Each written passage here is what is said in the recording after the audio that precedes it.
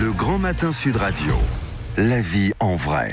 Et ce matin, comme tous les jeudis, nous sommes avec Rouban Aman-Bovet. Bonjour. Bonjour Cécile. Vous êtes rédactrice en chef du magazine en ligne maisonappart.com.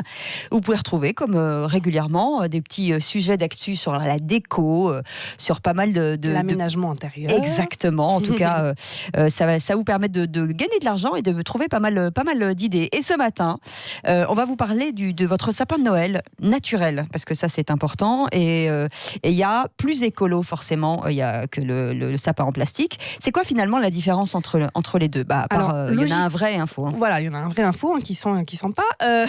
On a tendance à se dire que c'est plus écolo d'acheter un sapin qu'on recycle tous les ans, oui. Qu'on réutilise tous les ans. Oui et non. C'est-à-dire que ça reste des sapins en plastique, donc ça reste du pétrole malgré tout. Et un polluant. Il faut quand même se dire que pour que ça soit rentable écologiquement, il faut le garder une vingtaine d'années, ce sapin en plastique. Ah oui. Or, c'est quand même rare que ça dure aussi longtemps. Donc finalement, il vaut mieux prendre un sapin naturel qu'on va recycler ou qu'on va replanter, pourquoi pas, plutôt que d'acheter effectivement un sapin justement, on y vient. Réfléchir déjà à l'endroit où on va le mettre, parce que ça, c'est très important. C'est très important, et de ça dépend en fait le type de sapin et la taille du sapin, évidemment, que vous allez choisir. Voilà. Donc attention à ne pas le mettre trop près d'une source de chaleur, c'est bête, mais ça va le faire durer moins longtemps.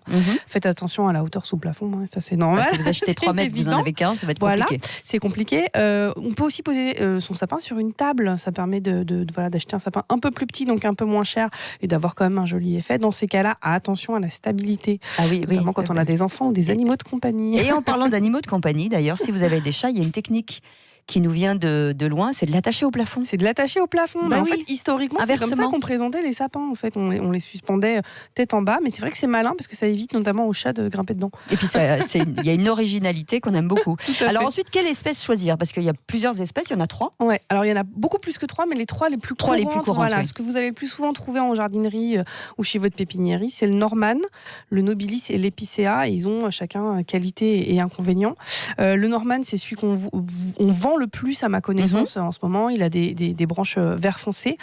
Il est pas mal parce qu'en fait il perd très lentement ses épines. Donc ça, c'est bien. Si vous le mettez même début décembre là, si vous trépignez que vous avez envie de faire votre sapin ce dimanche, il tiendra jusqu'au 24 sans problème. Et puis pas beaucoup d'odeur. Alors par contre, il sent pas trop. Pour les gens qui aiment bien l'odeur de la résine, il sent pas trop. Il est le prix à peu près moyen. Pour 30 €, vous en avez un petit de 80 cm et jusqu'à à peu près 200 € pour un de 3 mètres.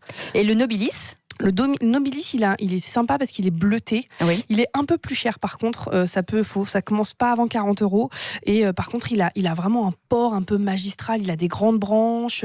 C'est super pour le décorer. Donc c'est pas mal si vous avez un budget un petit peu plus. Et pour le coup, ça sent vraiment le sapin, ça. Et pour le coup, ça sent vraiment le sapin. Mais dans le bon sens du terme. Exactement.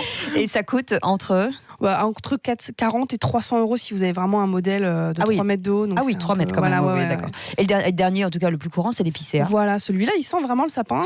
Pour le coup, il sent vraiment bon le sapin. C'est le moins cher, donc c'est pas mal. À partir de 10 €, vous pouvez trouver des petits modèles. Mais il est robuste quand même. Il est super robuste. C'est vraiment un sapin. C'est celui qu'on vend depuis le plus longtemps en France.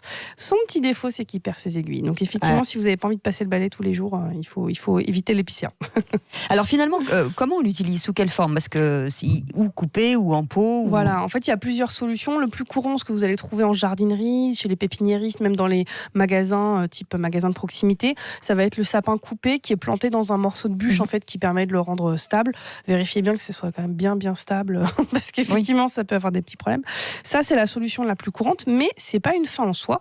On voit de plus en plus en fait des sapins en pot, donc vendus avec leurs racines dans un joli pot qui en plus peut être décoratif. Il y a des jolis pots rouges, etc. Voire c'est dorés. Plus cher, c'est plus cher effectivement. Après, l'idée c'est de se dire que on limite son impact environnemental parce que ce sapin en pot, vous pouvez le replanter vous-même dans votre jardin, pourquoi pas, mais surtout il y a des boutiques qui font ça, qui les récupèrent après les fêtes et qui les replantent eux dans leur champ de sapin et qui ensuite les revendent l'année d'après. Mais est-ce que ça veut dire que ça se loue?